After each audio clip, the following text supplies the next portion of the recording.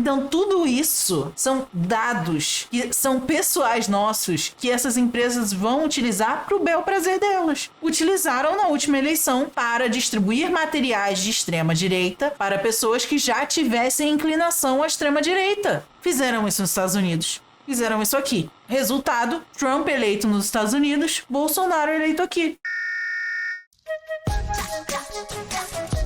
Olá, terráqueos! Meu nome é Luna, eu sou nutricionista e comunicadora popular. E hoje a gente vai reagir a um vídeo de ninguém mais, ninguém menos do que Laura Sabino. E ela vai falar pra gente como é que os bilionários destruíram a internet. Bom, eu acho que em ano de eleição, né, tanto do Brasil quanto dos Estados Unidos, esse é um tema muito importante, porque nas últimas eleições que não tinha tanto avanço da IA como a gente está vendo hoje em dia, já foi o caos, né? O WhatsApp sendo utilizado como massa de manobra política, redes sociais e Big Tech sendo utilizadas para manipulação dos votos das pessoas, né, e da opinião pública. Então a gente pode imaginar que esse ano vai ser pior e esse assunto é importantíssimo, por isso eu trouxe esse vídeo pra gente reagir juntos. Mas antes eu já queria pedir para você deixar aquele like, se inscrever no canal, ativar o sininho para não perder nenhum vídeo novo. E se você gosta do meu trabalho e pode contribuir financeiramente, aqui na tela tem o Pix, também tem o Apoia-se Camarada Luna, que o link tá aqui na descrição.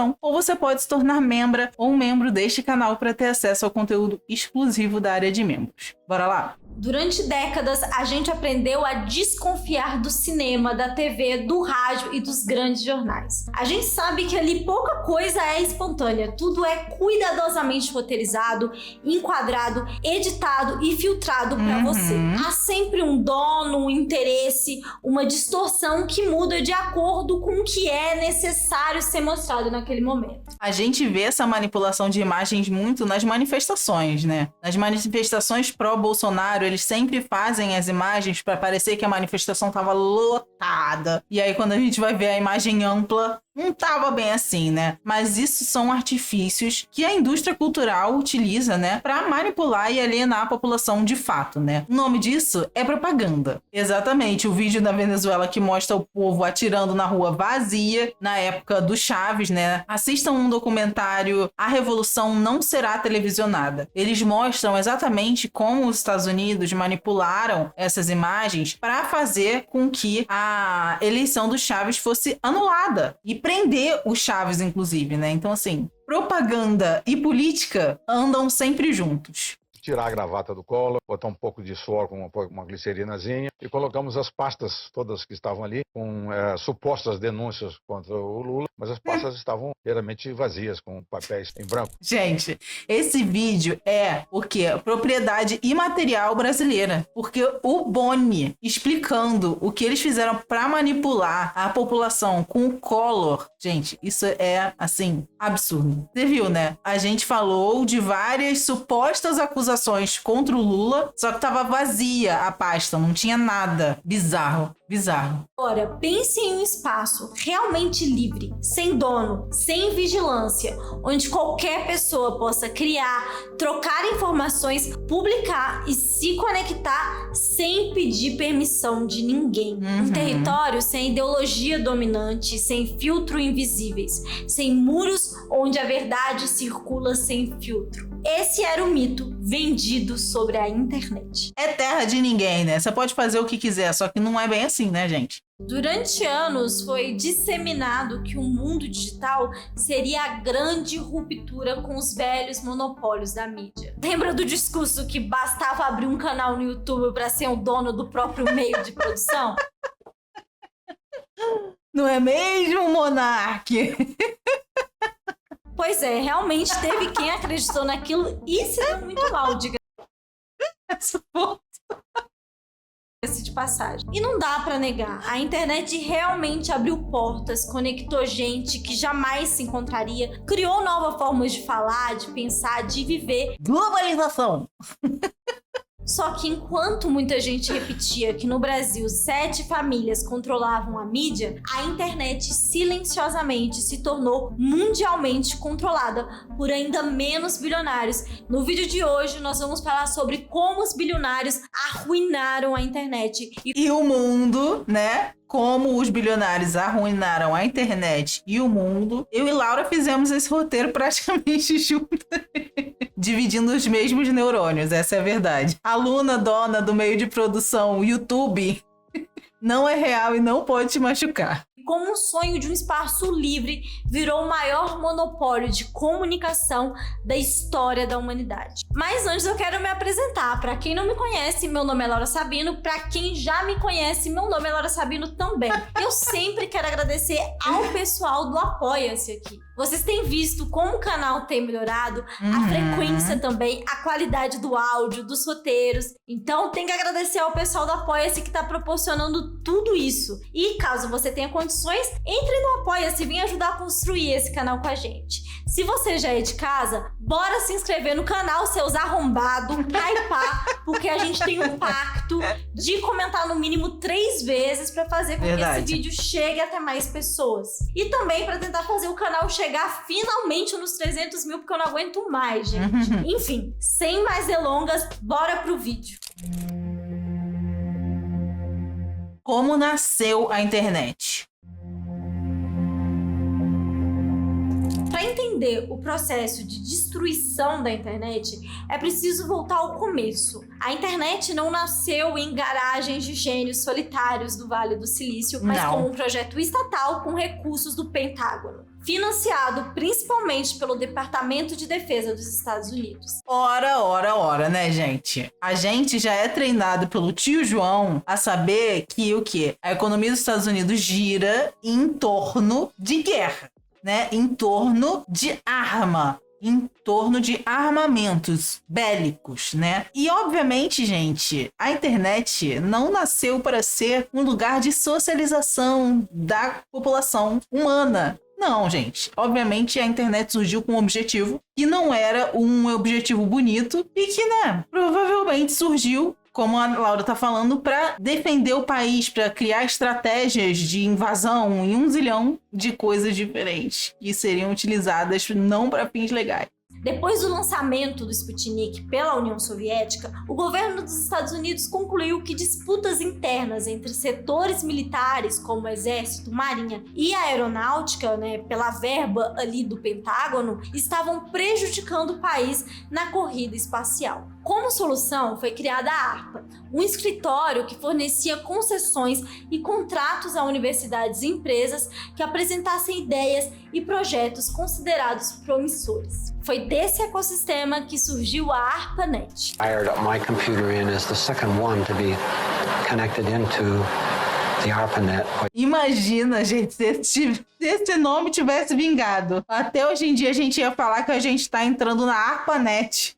It went on to evolve into the internet, which is really kind of exciting. A ARPANET, precursora da internet, foi construído com dinheiro público em universidades públicas e privadas subsidiadas. Pesquisadores e laboratórios que viam nela uma forma de garantir comunicação segura em plena Guerra Fria. Olha aí, errei, tá vendo? Não foi para motivos de guerra, foram os trabalhadores do mundo univos que fizeram a internet. Obviamente, né? Como tudo nesse mundo. Uma das preocupações na época era criar um sistema que conseguisse resistir até mesmo a uma guerra nuclear. E essa corrida, gente, era muito grande. Tanto que em 1957, o soviético Leonid Klepskovsky desenvolveu vários protótipos funcionais de telefones móveis.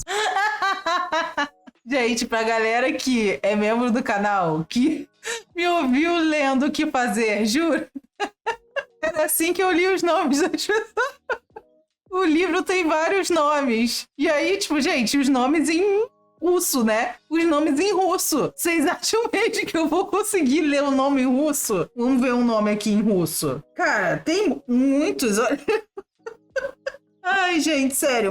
Martinov, Lomossonov. Tem uns nomes, gente, sério. São nome bizarro. E aí era tudo assim, igual a Laura. Martinov, exatamente. No começo, eles eram mega pesados, mas não precisavam de fios e já se conversavam com pessoas a quilômetros de distância. E em 1961, sua criação já tinha evoluído de forma impressionante. Os aparelhos já cabiam na palma de uma mão, pesando cerca de 70 gramas. Discava e tinha uma estação base. Ele também já apontava que o produto poderia crescer de forma escalável, com redes públicas distribuídas e conectados a um protocolo baseado na rede galáctica formulado por JCR Liquelete, ou seja, algo que vislumbrava smartphones naquela época. Doideira, Desde né? então, pesquisadores construíram protocolos abertos como TCP/IP que permitiam que qualquer máquina em qualquer lugar se conectasse. No final dos anos 70, a National Science Foundation percebeu que a ARPANET estava tendo um impacto gigantesco na pesquisa científica, mas tinha um problema. Seu controle pelo Departamento de Defesa impedia o acesso de instituições que não eram militares. A principal tentativa de solução foi criar a Computer Science Network, que integrava departamentos de ciência da computação aos laboratórios de pesquisa da ARPANET lá nos anos 80. Nos anos 80, a NSF avançou ainda mais ao criar uma forma de rede aberta, mais uma vez com forte investimento estatal e público, universidades e subsídios. Gente, sem a universidade, a gente não ia ter avançado, sei lá, 1/10 do que a gente avançou como humanidade. Se a gente tem vários avanços, é porque tem estudo e é subsidiado pelo Estado. Porque tem estudo que vai ser ótimo para a humanidade, mas que não vai dar dinheiro para ninguém. Então, que ninguém quer subsidiar. E nesses casos, o Estado vai estar lá para subsidiar, para dar dinheiro, para financiar esses projetos. Se a gente tem os avanços que a gente tem na saúde, na tecnologia, em inúmeros ramos da nossa sociedade, é porque a faculdade estava lá, os estudantes e pesquisadores acadêmicos estavam lá pesquisando e inovando e fazendo coisas para avançar a sociedade. Nunca foi o capitalismo, sempre foram os trabalhadores.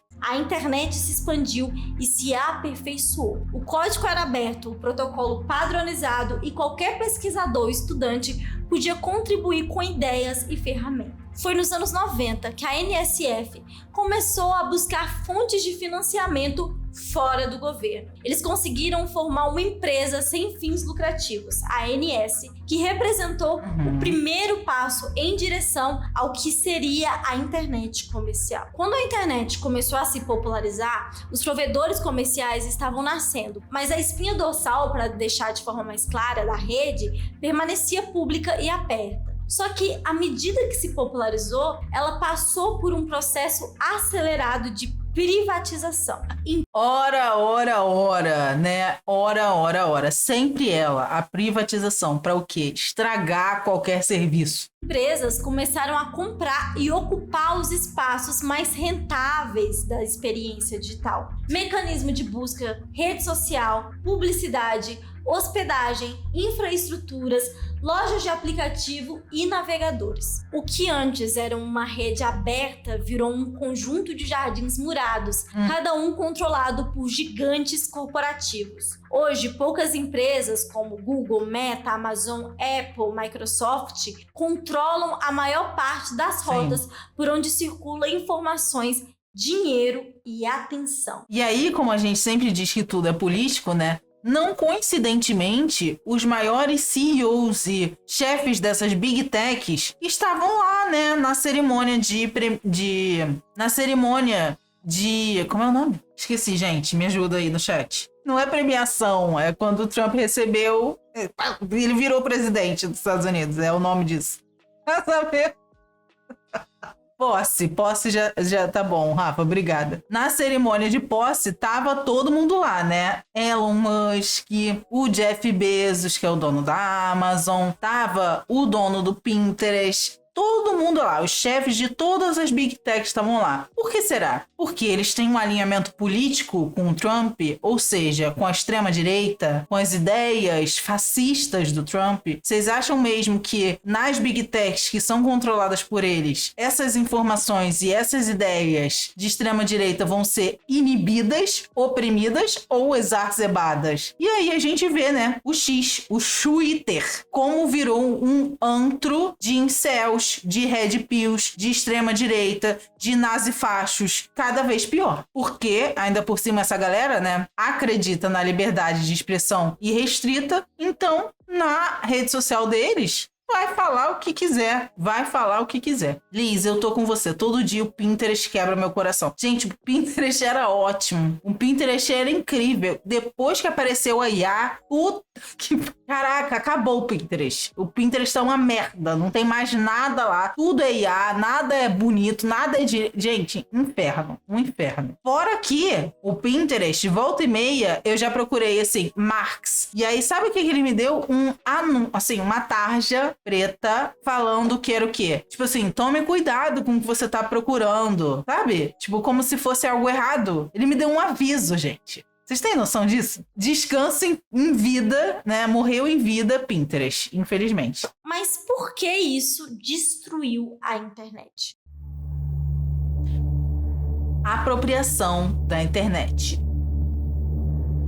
Tem um texto do Karl Marx que é um clássico, onde ele escreve sobre o cercamento no debate do roubo de lenha. E nele, ele descreve um processo histórico em que os espaços antes comuns e públicos, como florestas, campos e áreas de uso coletivo, passaram repentinamente a serem privatizados. Aquilo que durante séculos se podia coletar lenha caída, onde se podia pastorar animais ou simplesmente circular livremente, virou propriedade exclusiva dos novos donos de terra, que inclusive iriam usar o espaço para construir fábricas privadas. Não é apenas uma mudança jurídica, há uma mudança no modo de existir. O camponês que antes caminhava pela mata passa a ser considerado criminoso por realizar exatamente as mesmas ações que sempre fez. Sim. O cercamento não só cercou a terra, mas obrigou esses camponeses trabalhadores a se adaptarem a um sistema. Boa parte teve que se submeter a trabalho nessas fábricas. Algo semelhante ao que ocorre hoje no ambiente digital. Sim, eu dei toda essa volta para falar disso. A internet, em seus primórdios, era um grande espaço comum,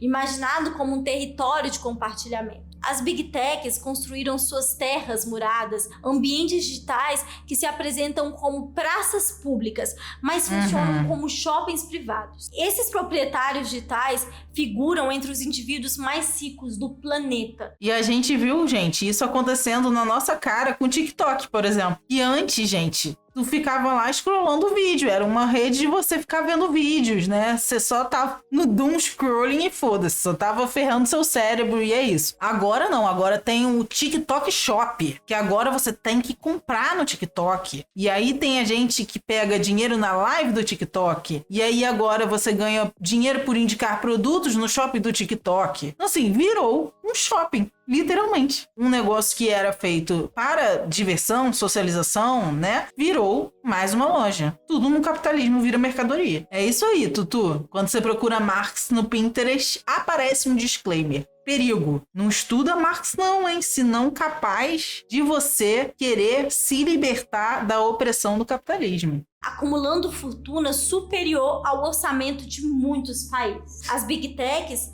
fazem lobby, financiam campanhas políticas como de Trump, fecha acordos milionários, tem relação com chefes de estados para lucrar com guerras e além de possuir mais dados sobre pessoas do que qualquer estado-nação da história. Para vocês terem ideia, o buscador do Google concentra mais de 85% das pesquisas feitas no planeta. Uma margem que nenhum monopólio clássico como de petróleo, telefonia, eletricidade chegou perto de alcançar. Em termos históricos, isso significa que nativos digitais, praticamente de todos os países, cresceram acreditando que pesquisar e googlar são a mesma coisa. Se no começo o Google era muito ligado a essa ideia de pesquisa, hoje a empresa faz o contrário. Pega conteúdos produzidos por outros sites, gera um resumo por inteligência artificial e mostra tudo direto na... Isso aí me dá uma raiva. Me dá uma raiva de usar o Google por causa disso hoje em dia. Porque é isso, você procura um negócio, a primeira resposta que ele dá é a inteligência artificial, que pega os sites que tiverem lá. E vocês sabem mesmo, né, gente, que o Brasil Paralelo, por exemplo, é um dos sites que mais faz publicidade no Google, né? Publicidade na internet. Então, o Google vai favorecer quem? Quem faz publicidade, pô.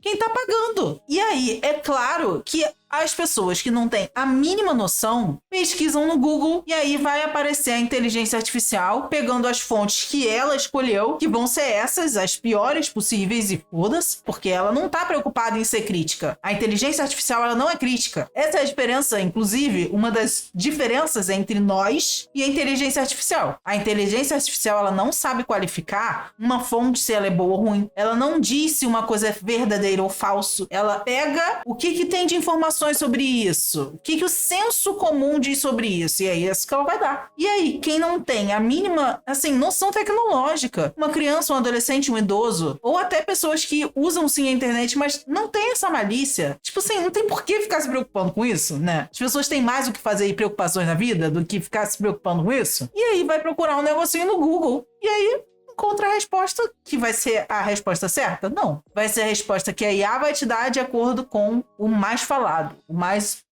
na internet. Ou seja, alienando e manipulando cada vez mais a população. A própria página de busca. Assim, a maioria das pessoas nem clica em sites ou pesquisas. Algo devastador para sites menores que exigem mais pesquisa e apuração e dependem desses cliques para sobreviver. E quando alguém resolve procurar informações clicando em sites, o que vai definir quem fica primeiro por último não é a confiabilidade e o rigor, mas sim o dinheiro. Sim, o Google coloca em primeiro nas pesquisas. Ai, eu tô rindo porque... A Liz no chat. #VoltaBarça. Era mais confiável, né? Os sites que pagam mais. Olha isso, gente. Isso é clássico. Pesquisa o que é comunismo e socialismo. Vai primeiro, Brasil Paralelo. O que é comunismo com especialistas. Gente, vocês acham mesmo que alguém que foi simplesmente procurar isso na internet nunca nem ouviu falar do que é Brasil Paralelo? Não sabe o que é Brasil Paralelo? Não vai clicar num site desse? Brasil Paralelo. Vai lá, vai clicar, vai ler, vai achar que eles estão certos, vai confiar no que eles estão falando. E aí, isso aqui, ó, é um passo para já estar também entrando em um... Porque aposto que quando clicar nesse link do Brasil Paralelo, no final do link vai ter o link de um vídeo no YouTube, que é um documentário, onde eles falam mal, vai entrando cada vez mais nesse buraco sem fundo, que é o Brasil Paralelo, literalmente. Independente da qualidade da informação. Vocês já devem ter visto vários políticos dizendo para eleitores darem um Google. Dá o Google em casa.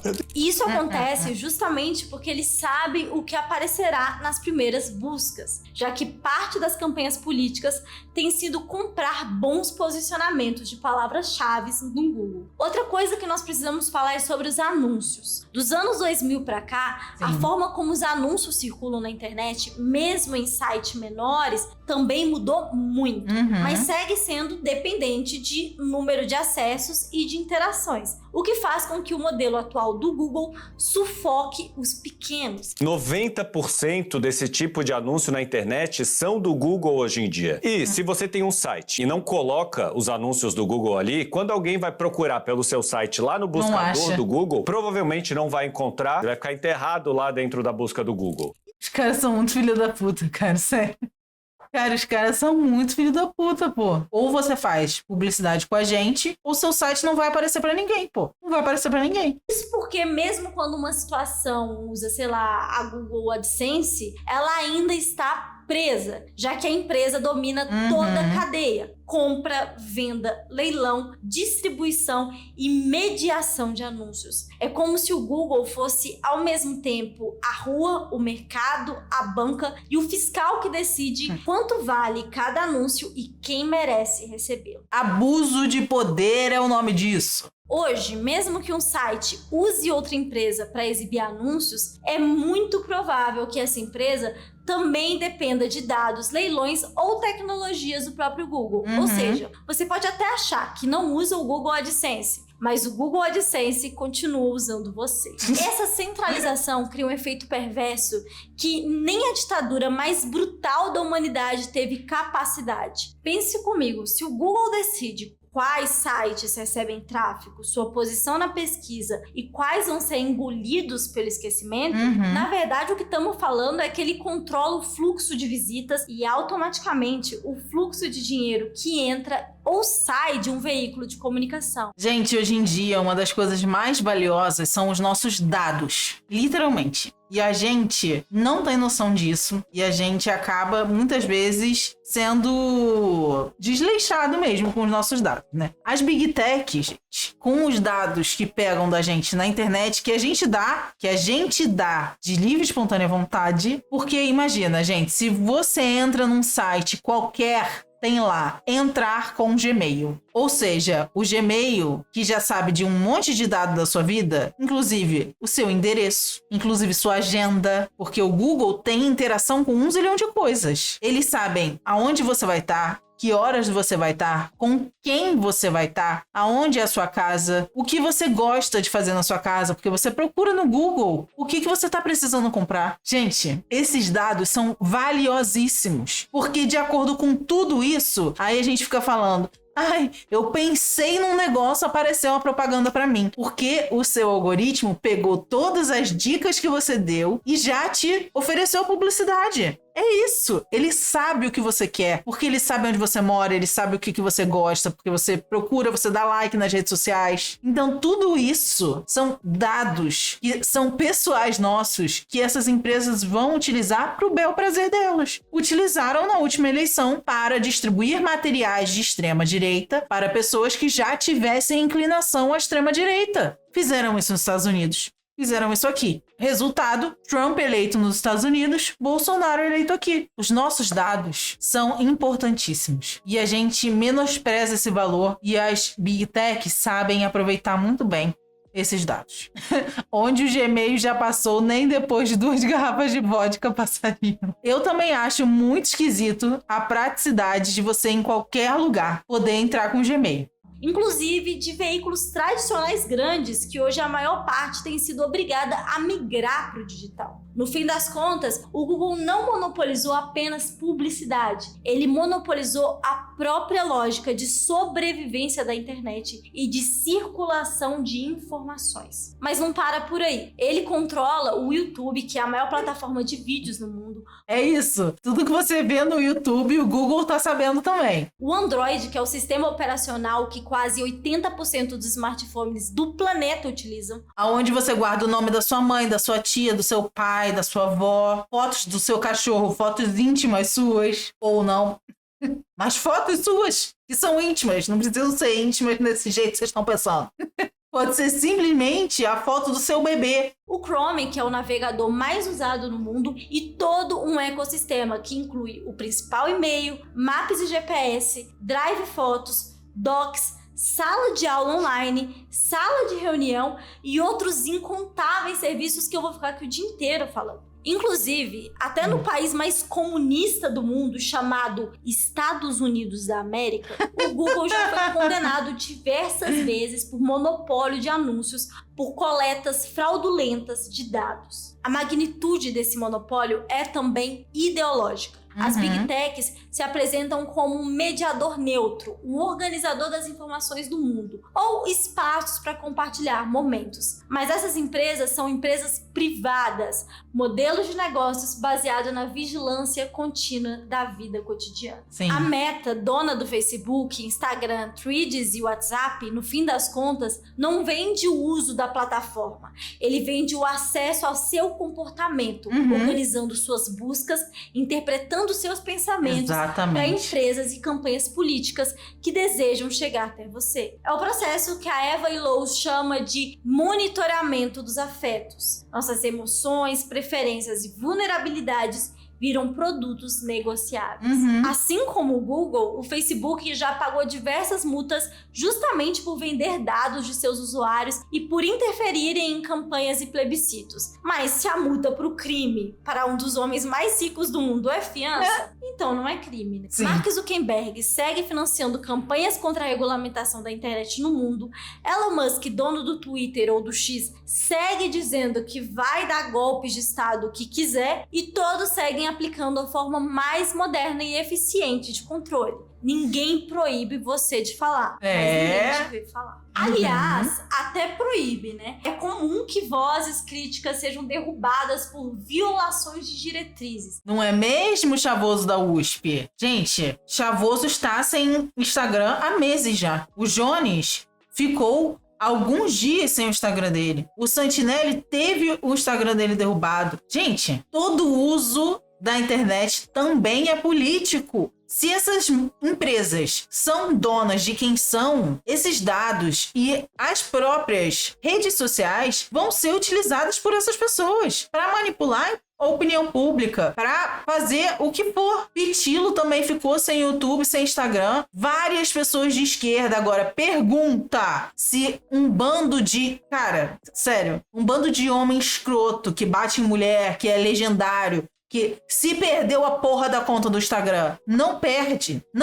Vê se o Léo Lins perdeu alguma coisa. Não perdeu. Sem qualquer explicação. Aconteceu comigo, com o Santinelli, com o Chavoso e com vários comunicadores que usam, por exemplo, o termo chacina, enquanto o ecossistema de pedofilia e humoristas que fazem piada com crianças seguem no ar. Exatamente. As plataformas atuam como juízes invisíveis, priorizando conteúdos, reduzindo alcance, promovendo ou enterrando publicações ao sabor de seus próprios interesses financeiros. Uma decisão que pode destruir a presença online de um criador, desmonetizar veículos de notícia ou inviabilizar negócios inteiros, sem transparência alguma. Nem parece que há pouco tempo as principais redes sociais eram voltadas de forma comum para achar pessoas parecidas, estéticas agradáveis, ou participar de comunidades como Abra a Geladeira para Pensar ou Lando a Tampinha do Danone, como no finado Orkut, onde o funcionamento era transparente e a lógica era... Saudades dos tempos primórdios da internet, onde isso era um lugar menos tóxico do que é hoje, sério. Era buscar a coletividade, o que te torna parte de algo. E como quase não existem alternativas viáveis graças ao bloqueio estrutural imposto por essas empresas, usuários e produtores de conteúdo ficam reféns desses sistemas opacos,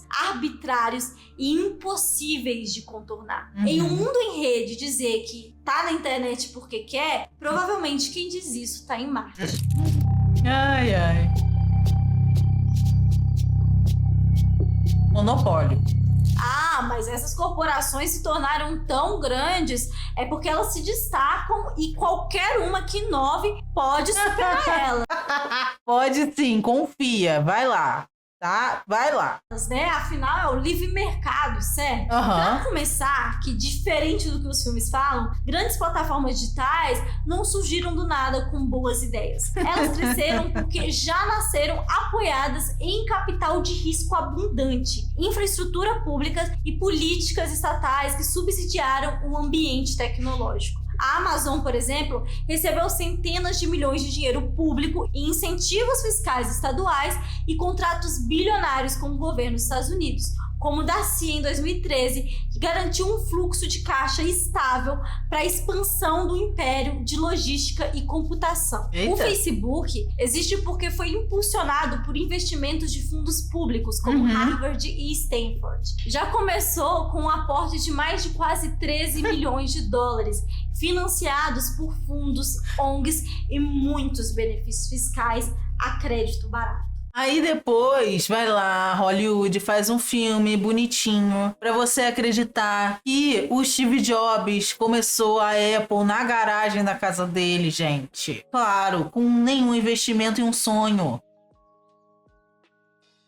Gente, por favor, né? Aí depois eu falar também do Facebook. Ai, tadinho, né? O titio Mark Zuckerberg, tão bonitinho, jovem na faculdade, esqueceu que na faculdade que ele tava é uma das faculdades mais caras dos Estados Unidos, que só os filhos de rico que vão, que todo mundo ali é herdeiro, bando de jovem burguês decidindo qual ia ser o próximo investimento deles. É quase eu tava vendo esses dias o vídeo do Gaio Fato assistindo a Faculdade dos Milionários. É isso, gente. A Faculdade dos Milionários dele lá, Stanford. Só que a gente é brasileiro, né? A gente não sabe o que significa. Então é só fazer uma faculdade nos Estados Unidos. A gente tem faculdade pública aqui no Brasil. Será que a faculdade nos Estados Unidos é pública também?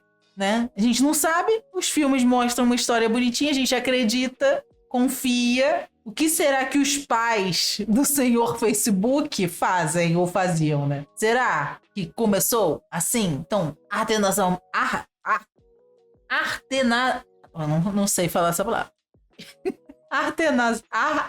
Artesanalmente. Falei, porra. Artesanalmente. Vou deixar você errando no vídeo. O Google nasceu dentro de um projeto financiado pela National Science Foundation, a NSF, que eu falei lá atrás, uma agência federal. E o YouTube só se tornou sustentável porque foi comprado pelo Google em 2006 por 1,6 bilhões, dinheiro que veio diretamente de publicidade online, criada a partir de uma infraestrutura de pesquisa financiada com recursos públicos. As plataformas mais recentes seguem a mesma lógica. A OpenAI, antes de se tornar uma empresa bilionária, recebeu investimentos gigantescos de empresas privadas, sobretudo da Microsoft, além de se apoiar em décadas de pesquisa de inteligência artificial financiadas por universidades públicas, laboratórios governamentais, a DARPA, a NSF e programas militares. E aí também eles roubam o projeto dos outros, pegam pra eles, fazem uma empresa milionária e é isso. Crime acontece, ninguém faz nada feijoada. Mas se ainda assim você confia no livre mercado dentro das big techs, e aonde é que tá a mão do livre mercado, a gente já sabe, né? sua boa ideia prospere, se prepare para o boicote. O caso do Snapchat é emblemático nesse caso. Quando a plataforma inovou com stories e mensagens rápidas, a Meta tentou comprá-la. Diante da recusa, simplesmente copiou a funcionalidade e implementou dentro do Instagram as mesmas coisas. Copia, só não faz igual. Isso a gente vai fazer igual mesmo, e é isso. Doce vingança do Zuckerberg. Tendo a compra rejeitada e um app que tentou rivalizar chamado Poke fechado, ele copia descaradamente a função Stories. Em agosto de 2016 lança o Instagram Stories, uma coletânea de postagens na vertical de poucos segundos que somem depois de, olha só, 24 horas. Isso praticamente destruiu o Snapchat, que hoje só existe em poucos lugares nos Estados Unidos. E isso não sou eu falando não, tá? São documentos revelados em e-mails em um julgamento da Meta em 2012, onde o CEO diz que queria comprar o Instagram e outras startups para dar à empresa tempo para incorporar suas mecânicas sociais antes qualquer rival alcançasse aquela escala. Na prática, é a admissão de uma estratégia, eliminar alternativas antes que elas se tornem ameaças reais. O TikTok enfrentou nos Estados Unidos um processo de quase banimento em 2020, sobre alegações de segurança nacional, mas a ação foi amplamente vendida como uma tentativa de proteger o mercado estadunidense. O banimento só não avançou porque Trump tentou exigir que a empresa fosse vendida para grupos empresariais dos Estados Unidos, numa intervenção estatal que pouco tinha a ver com soberania e muito com concorrência. Parte dos dados do TikTok agora são armazenados nos Estados Unidos. E lá estava o dono do Snapchat, da Meta, do OpenAI, do X, da Amazon e do Google sentados na primeira fileira da posse presidencial de Donald Trump. Aí, ó, o hack da observação da gata está além. Eu já falei o quê? Que eu e a Laura estamos dividindo o mesmo neurônio nesse roteiro, né? É isso, gente. Essa foto é autoexplicativa. Mark Zuckerberg, Jeff Bezos careca. Esse aqui é o do lado do Elon Musk, entre o Jeff Bezos é, se eu não me engano, o dono do YouTube, do Google, né? E o, né, Musk, nosso capetinha favorito. Desfavorito, né? mais uma vez mostrando seus interesses, suas intervenções em países que querem regulamentação, inclusive apoiando medidas econômicas contra o Brasil. Imagina quantos aplicativos novos, quantos avanços estão sendo barrados por lucros, quantas plataformas úteis estão sendo barradas antes de ver a luz do dia, porque as Big Techs boicotam, já que eles são os jogadores, os árbitros, os donos do estádio, do gramado e das regras. Gente, vocês lembram, né, que ao longo desse ano todo, o Elon Musk ficou brigando, literalmente brigando no Twitter com o Xandão. Era ele e o Xandão, toda hora brigando. Porque o Elon Musk, ele acha que ele é o rei do mundo, que ele não precisa fazer nada. E que os Estados Unidos mandam no Brasil. A empresa dele não tem que se render às regras brasileiras, não, sabe? É megalomaníaco. Quem poderia prever que no capitalismo as coisas tomariam esse rumo? Quem? Mesmo? Brasil e uma nova internet. No Brasil, esse cenário impacta diretamente a circulação de informações e o próprio direito de escolha. Não basta expulsar as Big Techs ou apostar apenas em plataformas nacionais se tudo continuar submetido à mesma lógica de mercado que existe. É só olhar o iFood, gente, que é uma empresa brasileira e que reproduz e cria também dinâmicas brutais de exploração. É a prova de que a nacionalidade da plataforma não garante práticas justas, apenas muda o endereço do poder. Dentro do capitalismo, a internet será sempre moldado pelos interesses da burguesia e pela busca incessante de gerar lucro. Isso não significa que nada pode ser feito ou que a gente deve cruzar nossos braços. Ainda assim, reconhecer essa estrutura não significa aceitar a impotência, cruzar os braços, dizer que nada pode ser feito ou ser contra que conteúdos com piadas contra crianças abusadas sigam mantidas no ar. Não é mesmo, gente? Não é terra de ninguém, né? Sim, PCO, eu tô olhando pra você. A intensidade dessa captura da internet por conglomerados depende da correlação de forças. É preciso aproximar que pesquisas, tecnologia e produção fiquem mais próximas de avanços tecnológicos e não subordinadas ao lucro. É por isso que discutir regulamentação não representa um rebaixamento da pauta. Pelo contrário, é uma disputa fundamental pensar em um modelo de internet pública, estatal e debater soberania de dados, de acesso, de narrativa. Para nós marxistas, a meta final pode ser a superação do Estado, mas compreender seu papel atual, suas tensões e contradições é essencial para agir no presente, porque senão a gente vai ficar só pensando no que poderia ser no futuro. Denunciar o poder das Big Techs, apoiar medidas que limitem seus abusos e disputar qual internet está sendo moldado é, antes de tudo, disputar qual sociedade a gente também está ajudando a construir. Porque, no fim, a internet não nasce como algo para melhorar a vida das pessoas, mas ela pode se tornar em um sistema. Espero que tenham gostado do vídeo. Eu quero agradecer demais ao meu camarada Gabriel Martins, rei da TI, né, do digital aí, que me ajudou demais nesse roteiro, não só com indicações, como na produção mesmo desse vídeo. Gente, vocês estão vendo que é mó trampo pra fazer esses vídeos, tá? Vou deixar todas as referências de artigos, de livros, de textos na descrição deles. Eu conto com você e com a sua ajuda pelo Apoia-se, gente. É um valor de um hambúrguer por mês. Ajuda demais e faz toda a diferença pra continuar esse trabalho. Sabe o que também faz a diferença pra eu continuar esse trabalho? A Mirella, que tá aqui do meu lado. Aparece aqui, Mirella, na câmera pra dar um tchau aqui pro pessoal. E o Felipe também, o editor. Então é isso, pessoal. Até a próxima. Esse vídeo tá gigantesco.